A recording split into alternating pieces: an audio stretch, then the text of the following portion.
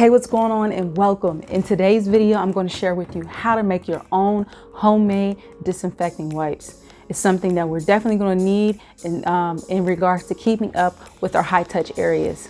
So if that's something you're worried about and you want to make sure you're using items that you can reuse over and over again, you're going to want to watch this video. If you're new here, welcome. My name is Amber Swanson, and on this channel we talk a lot about house cleaning tips and hacks to help you save time and money, and I know you want to do that. So if you're new, please consider subscribing. So you want to make sure you have your bleach, reusable containers, and a measuring cup and measuring spoons, scissors, and then optional essential oil. I'm using rosemary. You can use whatever you choose. Make sure you grab some reusable cloths. I bought these from the dollar store for this video, and this one is more of a terry cloth texture. Its counterpart is really great for these type of containers. So you want to make sure that you grab 2.5 cups of water. So for the purpose of this video, I already prepped the water. I already prepped the water and everything that you see here. Now, before you get started, make sure you get all your contents make sure you get everything together so we can do this together. So if you need to, go ahead and pause, and then I'll see you right back. So these are what the cloths look like. And I like these because you can get a lot of uses out of them. Now, with this being so long, you could also cut it. So what I'm going to do is cut mine. And so the next step is, after you cut everything, what I like to do is layer them in a crisscross way. This helps to take the cloth out, pulls it out every single time like you do with the store-bought brand. So what I recommend is that you put them in this way. So it has like a little edge corner, and that's going to help you maintain that consistency. I like to fold it in like a hot dog style and then fold it in. So you just repeat this process over again. I'm going to leave in the description high touch areas that you should be focusing on, especially with the pandemic. So you want to make sure that even if you don't have a way to wash your hands, that you're using hand sanitizers. If you want to learn how to make your own hand sanitizer, you want to check out this video right here.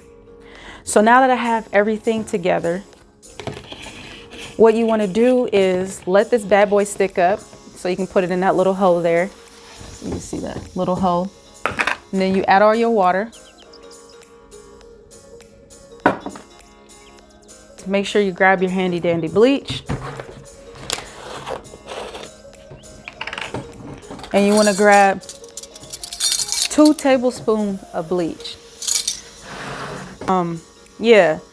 So to save the length of this video, this is what your cloths are going to look like once you cut this. Or you can use terry cloths that you already have at home and just turn these into disinfecting wipes.